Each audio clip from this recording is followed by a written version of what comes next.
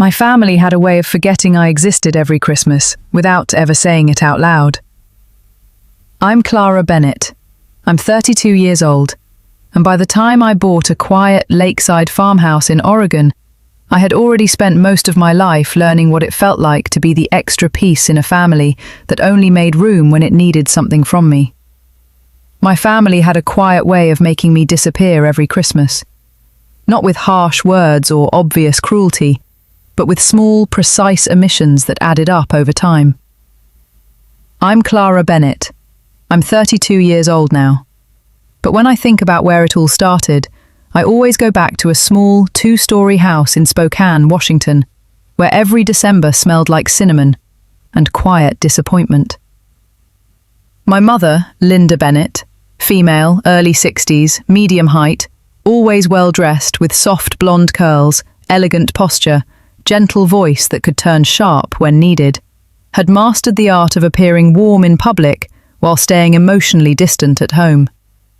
She was the kind of woman neighbours admired, graceful, composed, always hosting. But behind closed doors, affection was something she rationed carefully, and I was never high on her list. My older brother, Daniel Bennett, male, 36, tall and lean, sharp jawline, always wearing pressed shirts even at home, confident posture, was her pride. He carried himself like someone destined for success, and everyone believed it, including him. Daniel had this easy charm with strangers, but with me, he was dismissive. Not cruel, just indifferent, like I was background noise. Growing up, he had been pushed into business competitions, praised for every small win, and told repeatedly that he would carry the family name forward. That expectation shaped him. It made him ambitious and entitled. And then there was me. I was the quiet one, the one who learned early not to ask for too much. One Christmas when I was 10, I remember waking up before sunrise, heart pounding with the kind of excitement only children understand. I sat at the top of the stairs, listening to the soft hum of the heater, waiting for someone to call my name. They didn't. When I finally walked into the living room, Daniel was already there, surrounded by neatly wrapped boxes. My mother stood beside him, smiling, camera in hand. "Oh, Clara, you're up," she said, like I had just wandered into someone else's house. There were gifts for Daniel, expensive ones, thoughtful ones, things he had mentioned casually weeks before. And for me, a single box, small, wrapped in leftover paper that didn't even match. "I thought you said you didn't need anything this year," she added lightly. I hadn't, but I had also been 10. That was the first time I understood something important. In our house, silence was taken as consent to be forgotten. By the time I was 14, I had stopped waiting altogether. I started buying my own gifts, small things at first. A sketchbook, a cheap necklace. Once a pair of boots I had saved months for. I'd wrap them carefully, write my own name on the tag, and hide them in my closet. Then on Christmas morning, I would find them. "Oh, I must have forgotten I bought this," I'd say, forcing a laugh. My mother would smile, relieved. Daniel wouldn't even look up. There was something almost efficient about the way they accepted that version of reality. Our old neighbour, Mrs. Eleanor Green, female, late 70s, short, slightly hunched, silver-grey hair always tied in a loose bun, kind but observant eyes, was the only person who ever noticed. She lived across the street and spent most of her days tending to a small rose garden. One winter afternoon, when I was about 16, she stopped me as I was walking home. "You always carry your own boxes on Christmas," she said gently. I froze. She didn't accuse. She didn't push. But the way she looked at me, like she saw something I had spent years hiding, made my throat tighten. "You deserve to be remembered, Clara," she added softly. No one had ever said that to me before. I didn't cry. Not then. But that night, I sat on my bed staring at the small wrapped gift I had bought for myself, a book I had wanted for months. and for the first time, it didn't feel like something comforting. It felt like proof. Proof that if I wanted to matter in my own life, I would have to be the one who made space for myself. And maybe that was the beginning. Not of healing, but of leaving. I remember the road more than the destination. 4 hours of wet asphalt stretching endlessly ahead of me, the windshield blurred by freezing rain, the heater humming just loud enough to keep me company. I had packed the trunk carefully that morning, wrapped gifts, handwritten cards, even a bottle of wine I couldn't really afford. I told myself this year would be different. I told myself maybe they just needed a reason to remember me. By the time I pulled into the driveway of our old Spokane house, the windows were glowing warm, shadows moving inside, laughter slipping faintly through the walls. For a moment, I stayed in the car, gripping the steering wheel, trying to believe I still belonged there. When I finally walked up to the door and knocked, it opened almost immediately. My father, Michael Bennett, male, mid-60s, broad-shouldered but slightly stooped from years of quiet resignation, thinning dark hair, tired eyes that avoided conflict at all costs, stood there. He had always been a man who preferred silence over confrontation, the kind who let things happen rather than shaping them. He looked at me, not surprised, not happy, just mildly inconvenienced. Then he said it, flat and unthinking. "We didn't expect you." There was no malice in his voice. That almost made it worse. It meant he hadn't even considered me enough to prepare a lie. I stepped inside anyway, carrying the bags like proof I deserved to be there. The living room was already crowded with decorations, gifts stacked neatly under the tree, none with my name on them. Daniel stood near the fireplace, talking loudly into his phone. He glanced at me briefly, gave a short nod, then turned away mid-sentence. When I asked where I could put my things, he gestured vaguely down the hallway. "Your room's not really your room anymore," he said casually. "I needed a workspace." I walked in anyway. My bed was gone. In its place, a desk, dual monitors, paperwork spread out like I had never existed there at all. My closet had been cleared except for a few boxes shoved into the corner. It wasn't anger I felt. It was something quieter. Something final. Dinner was loud, but not for me. My mother floated around the table, pouring drinks, laughing too brightly. My father nodded along. Daniel dominated the conversation, talking about investments, opportunities, expansion plans. No one asked me a single question. No one noticed when I didn't sit down. Eventually, I took a plate from the counter and moved into the kitchen. The light there was colder, harsher.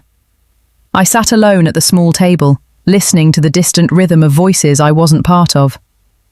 I ate slowly, not because I was hungry, but because leaving too soon would feel like admitting something I wasn't ready to say out loud. Halfway through the meal, my phone buzzed. A message from Sophie Carter, female, 30, average height, curly brown hair always tied in a messy bun, warm personality but blunt when needed. A co-worker from Seattle who had once told me I stayed too long in places that didn't see me. "Did you make it home?" she wrote. I stared at the screen longer than necessary before typing back, "Yeah, I'm here." It wasn't a lie. Not exactly. I left before dessert. No one stopped me. No one asked where I was going. My mother called out something about driving safe, already turning back to the table before I reached the door. Outside, the cold hit me harder than it should have. I loaded the untouched gifts back into my trunk, one by one, each movement slower than the last. Then I got in the car, shut the door, and finally let myself breathe. I didn't start the engine right away. Instead, I sat there in the dark, the house glowing behind me like something I had imagined instead of lived. And then, without warning, I cried. Not loudly, not dramatically, just enough to feel it break something loose inside me. By the time I wiped my face and looked up again, the road ahead didn't feel like an escape. It felt like a choice. I turned the key, pulled out of the driveway, and didn't look back. That was the night I stopped trying to be included in a life that had already made space without me. I didn't go back to Seattle that night as the same person who had left. Something had shifted, quietly but completely, and by the time the skyline appeared through the early morning fog, I already knew I wasn't going to keep living a life that required me to shrink. Over the next few weeks, I stopped answering calls from my family, then messages, then everything. I didn't make an announcement. I didn't explain. I just disappeared from their version of the world, the way they had always erased me from theirs. Work became my anchor.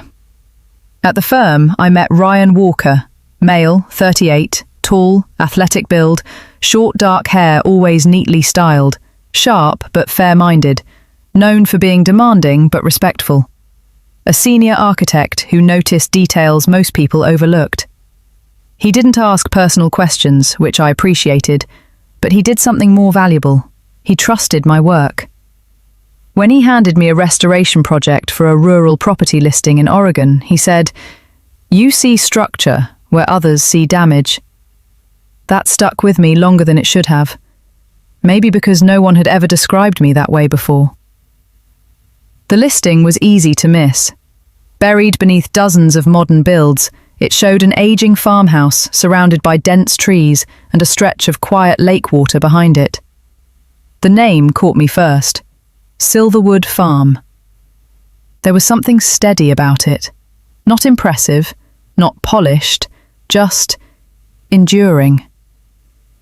I drove down that same week. The moment I stepped onto the land, I felt it. Not happiness, not excitement, but a kind of silence that didn't feel empty. It felt safe. I bought it within a month, not under my name, but through a legal trust structure Ryan had quietly suggested I look into, connecting me with Margaret Hale, female, mid-50s, short, sharp-eyed, always dressed in simple but precise clothing, pragmatic and direct, a lawyer who valued clarity over emotion. Margaret explained everything without sugarcoating. If you want distance, make it legal. So I did. The paperwork was layered, structured, and intentionally uninviting to anyone looking for easy access. For the first time in my life, something belonged to me in a way no one else could casually reach. Moving in wasn't dramatic. There was no celebration, no announcement, just boxes, long drives, and quiet rooms that slowly began to feel less like a place I was passing through and more like something I could stay in. That's when I met Ethan Cole, male, 40, tall, broad-shouldered, weathered features, short brown hair, calm demeanour, my nearest neighbour. He lived about half a mile down the road in a modest house he had rebuilt himself after losing his wife years earlier. That loss had carved something steady into him, not coldness, but patience. He spoke slowly, listened carefully, and never filled silence just to avoid it. Ethan showed up the second week I was there, leaning casually against the fence line like he had all the time in the world. "You'll need to fix that west beam before the next storm," he said, nodding towards the barn. No introduction, no curiosity, just a fact. That became our rhythm. He helped without asking too many questions, and I accepted without feeling like I owed something in return. Together we repaired small things, loose boards, broken hinges, a stubborn gate that refused to close properly. I started planting a garden, not because I knew how, but because it gave me something to build that didn't involve people. Rows of soil turned into something green over time, and for the first time, effort felt predictable. I also began writing again, late at night, at the old wooden desk by the window, documenting everything I thought I had forgotten. Not for anyone else, just to make sense of what I had lived through. Silverwood Farm didn't fix me, but it gave me something I had never had before: space. And in that space, I stopped waiting for permission to exist. I knew peace like that never lasted forever. Not because I was pessimistic, but because I had lived long enough to understand that people who lose access to you don't always let go quietly. For months, Silverwood Farm stayed exactly what I needed it to be: quiet, contained, mine. Then, one afternoon in early December, the gravel road outside my property carried a sound it had never carried before. Multiple engines. Slow. Intentional. Not lost. I stepped out onto the porch just as two dark SUVs came into view, cutting through the cold air like they belonged somewhere else entirely. The first one stopped near the gate, and the second followed too closely behind. Before the engines even turned off, I already knew. That kind of certainty doesn't come from logic. It comes from history. My mother stepped out first. Linda Bennett looked exactly the same, perfectly composed, wrapped in a tailored wool coat, her posture still elegant, her expression already arranged into something soft and wounded. Behind her, my father Michael followed, his shoulders slightly hunched, his face carrying that familiar look of quiet discomfort, like he had wandered into a situation he didn't fully control, but also wouldn't stop. Then Daniel stepped out of the second SUV, phone in hand, scanning the property with a sharp, calculating gaze, like he was already measuring its value, instead of acknowledging where he was. They didn't knock. They didn't call. They walked straight to the gate like they had a right to be there. "We've been so worried about you," my mother said, her voice gentle enough to sound convincing to anyone who didn't know her. "You disappeared, Clara. You can't just isolate yourself like this." I stayed where I was, hands in my coat pockets, not moving to open the gate. "You didn't look for me when I was still answering calls." Daniel stepped forward before she could respond. "Look, we're not here to argue," he said, slipping into that smooth, confident tone he used when he wanted control. "This place is incredible.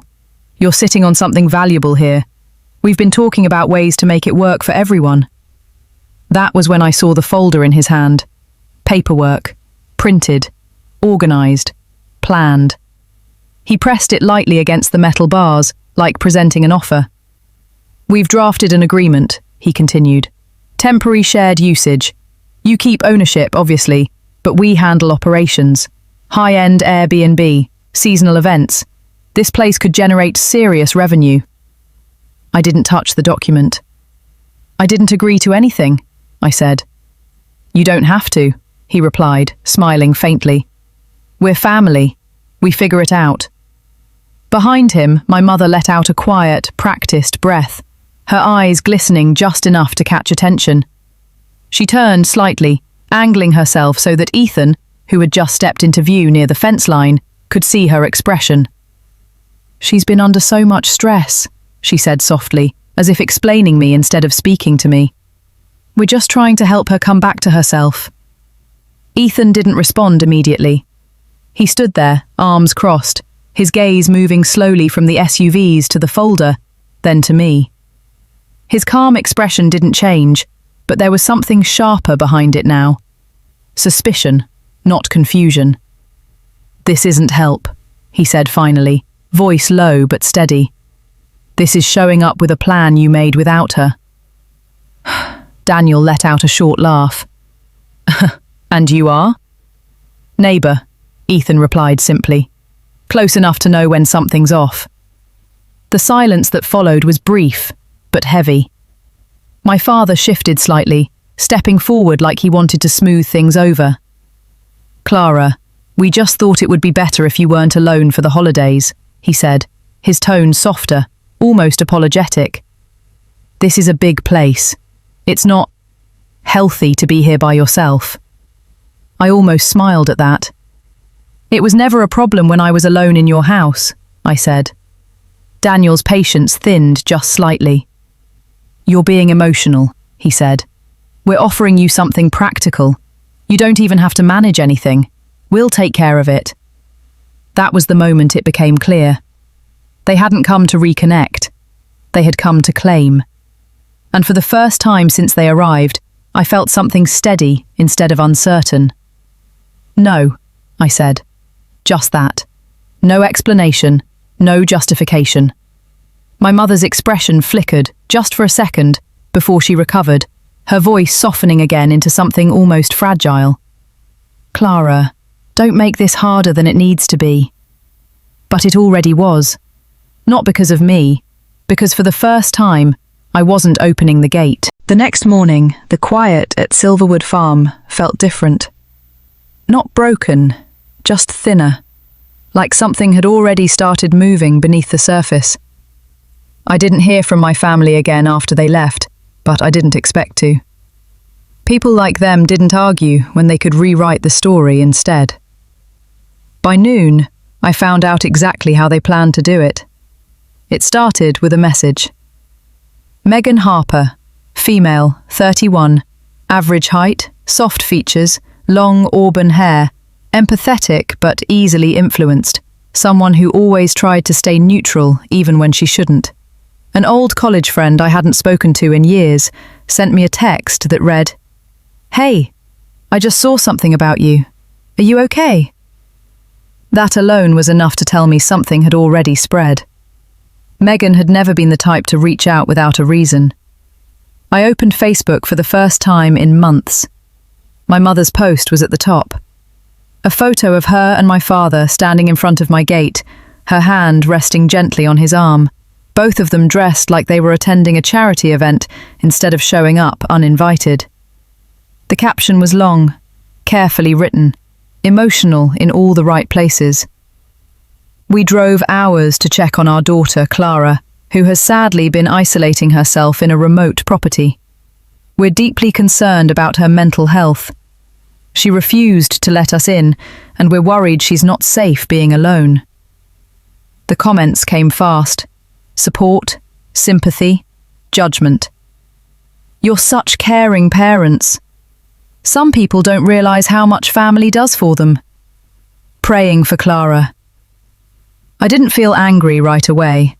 I felt familiar. This was her pattern. Not confrontation, narrative. She never needed to fight directly if she could control how the story was told first. And once the story existed, people filled in the rest on their own. By the time I closed the app, I understood something clearly. They weren't trying to convince me. They were building a case around me. That afternoon, Ethan showed up without calling, his truck pulling in slower than usual. He stepped out, studying my face carefully before speaking. "You see it?" he asked. I nodded. He exhaled through his nose, not surprised. "Figured they'd try something like that." "They're setting me up," I said quietly. Saying it out loud made it real in a way thinking never did. Ethan didn't argue. He didn't reassure me with empty words either. Instead, he leaned against the truck, arms crossed. "Then you stop reacting and start documenting," he said. "You don't win this by explaining. You win it by proving." That was the first time someone had framed it that way. Not survival. Strategy.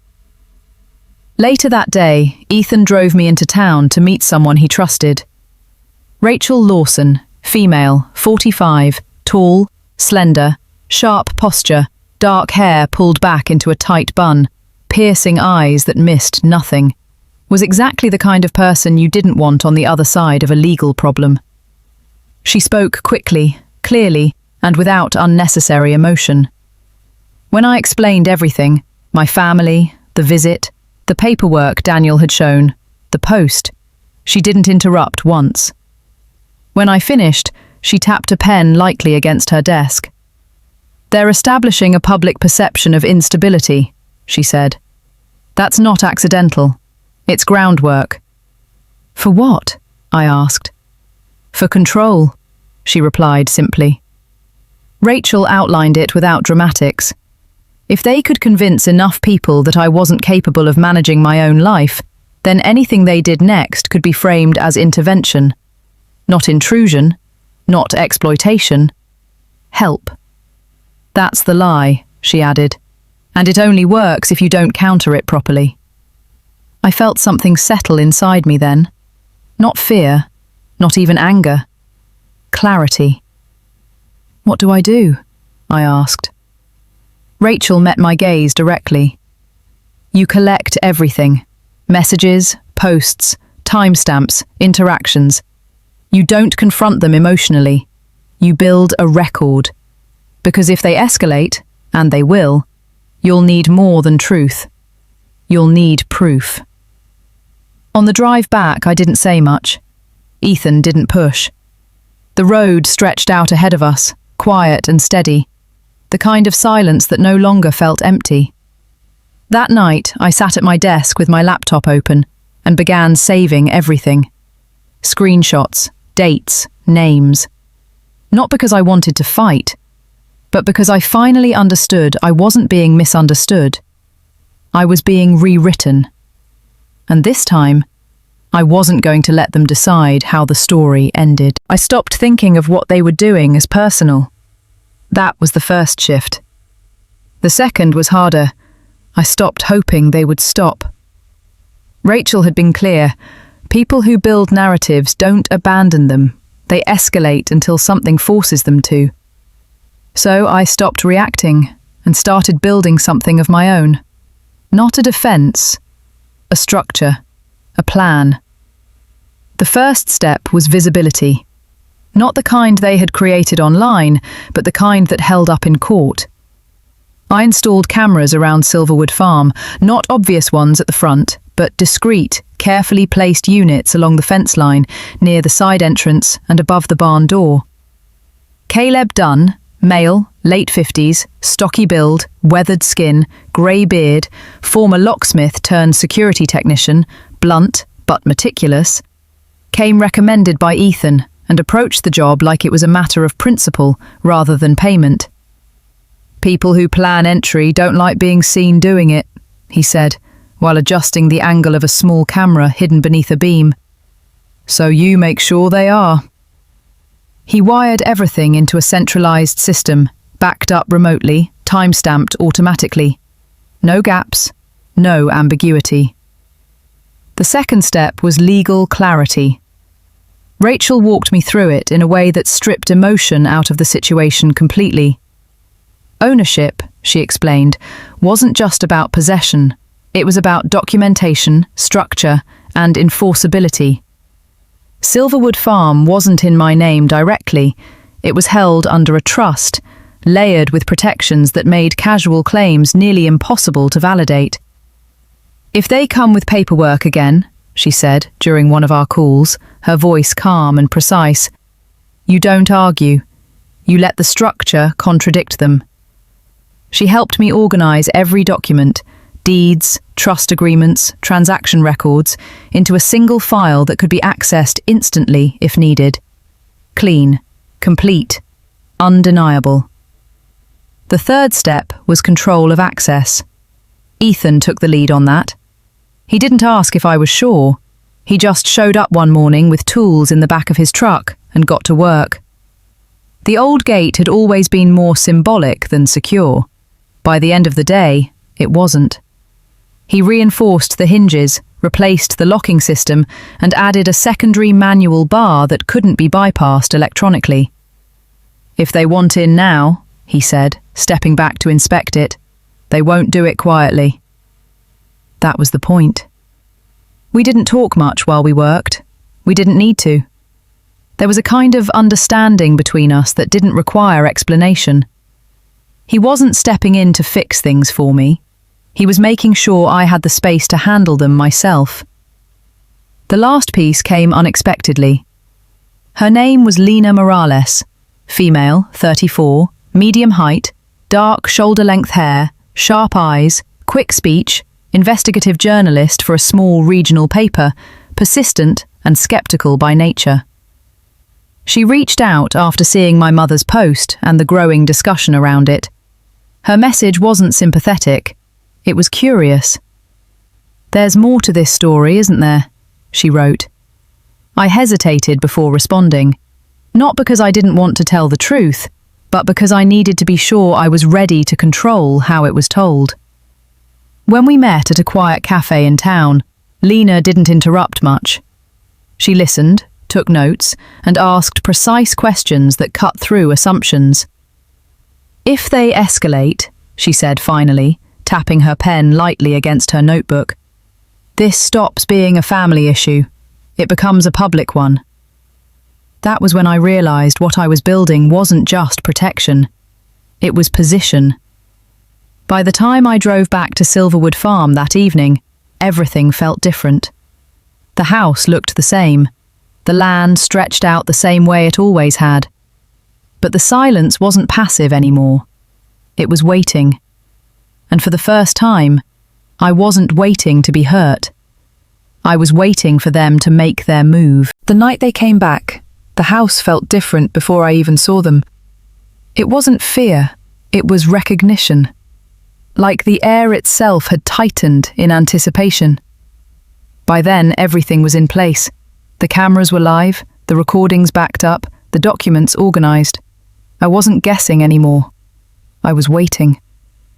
It started just after 7:30 p.m. The outer sensor triggered first, a quiet alert on my phone that lit up the screen in the darkened living room.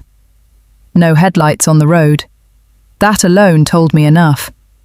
I moved to the window without turning on any lights. 2 vehicles rolled slowly toward the gate, stopping just short of it.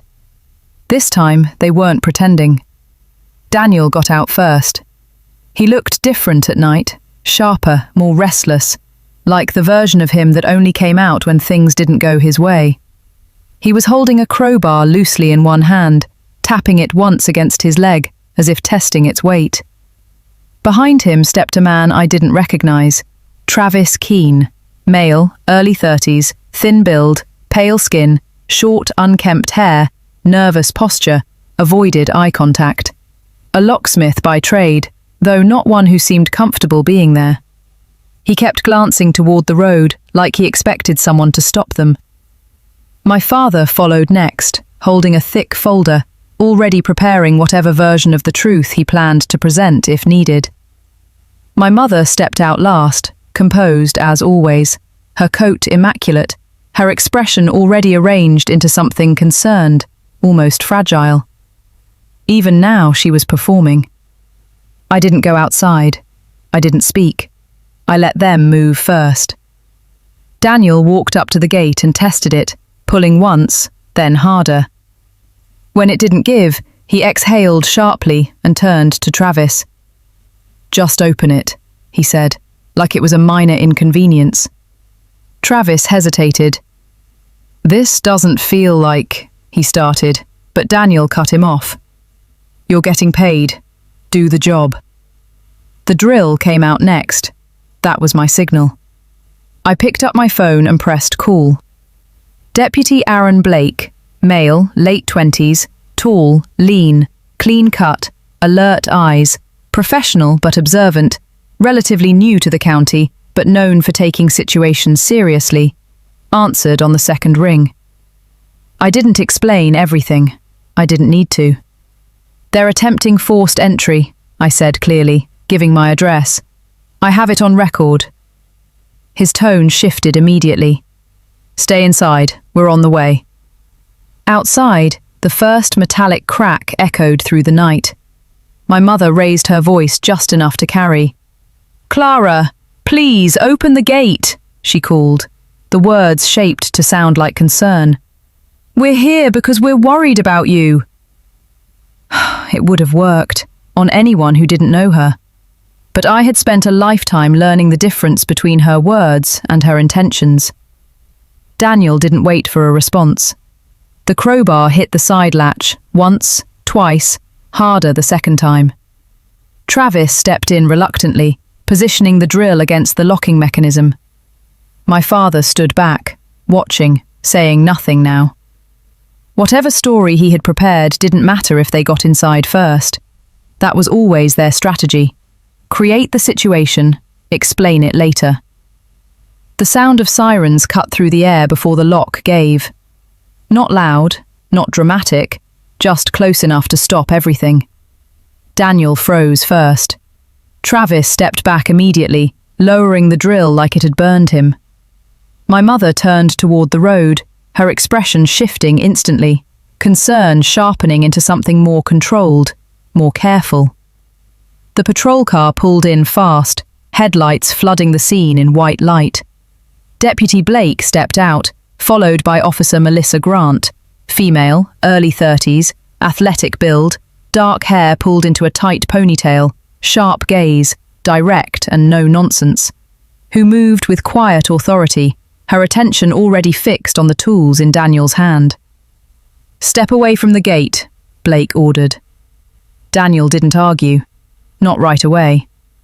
He lowered the crowbar slowly, placing it on the ground like he was trying to make it look less intentional than it was. My mother moved forward instead, voice soft, measured.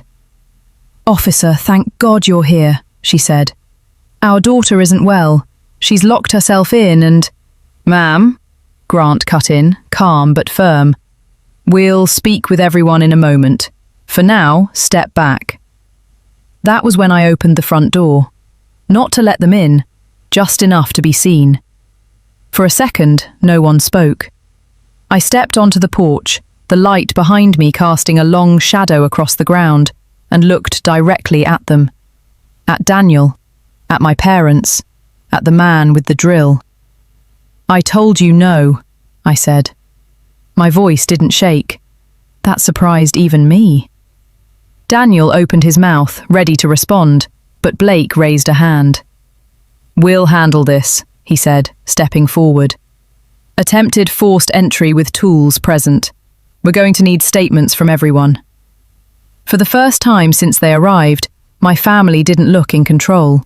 They looked exposed. And for the first time in my life, I didn't feel small standing in front of them.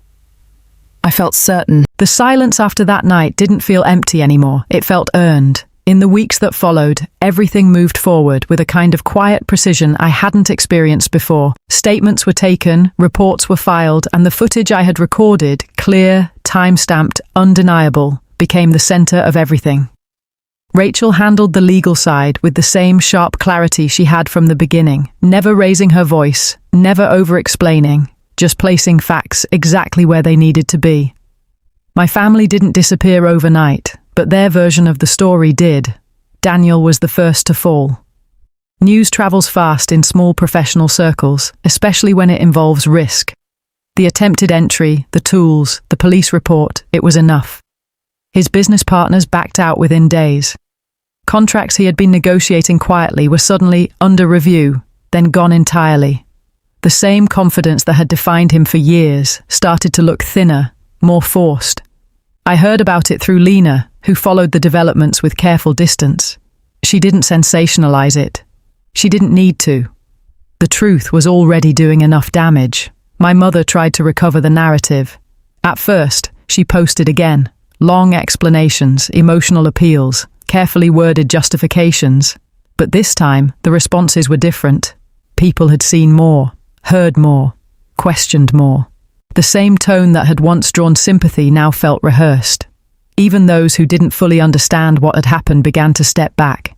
Invitations slowed, calls stopped. That quiet social circle she had built her identity around didn't confront her. It simply closed. My father faded with it. He didn't fight. He didn't defend. He did what he had always done. Retreated into silence, letting the consequences move around him without resistance. For the first time, I realized that passivity had always been his choice, not his nature. And me? I stayed. Silverwood Farm didn't change, but I did. I stopped treating it like a place I had escaped to and started treating it like something I was building. With Ryan's encouragement, I began using the barn space for small design workshops. Nothing large, nothing commercial in the way Daniel had imagined, just focused sessions for local clients and students who wanted to learn restoration techniques. It started with 3 people, then 5, then more. The work felt steady, honest, mine. Ethan was there through all of it, though never in a way that felt intrusive. He didn't insert himself into my decisions, didn't offer advice unless I asked for it. But he showed up, fixing a loose beam before I noticed it, bringing over tools without comment, staying late some evenings just to make sure I wasn't working alone in the dark. There was something about him that didn't demand attention but earned trust anyway. We didn't talk about what was happening between us. Not directly. but it was there, in the quiet spaces, growing without pressure. As December came around again, I noticed something unexpected. I wasn't bracing for it. I wasn't counting down to disappointment or preparing myself to endure anything. It was just another day approaching, another part of the year I could shape however I wanted. So I did. I didn't go back. I didn't reach out. Instead, I invited the people who had shown up when it mattered. Ethan, Rachel, Lena, even Caleb, who arrived exactly on time with a bottle of something he claimed was too good to waste on ordinary nights. The house filled, not with noise, but with presence. Real conversation, real laughter, no performance, no roles to play. At one point, I stepped outside, just for a moment. The air was cold, the kind that made everything feel sharp and clear. Light spilled softly from the windows behind me, reflecting off the snow in a way that felt almost unreal. For years, Christmas had been something I survived. That night, it felt like something I had chosen, and for the first time in my life, I understood the difference. So, what would you do?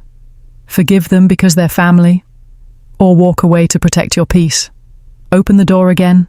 Or close it forever? Choose love? Or choose yourself?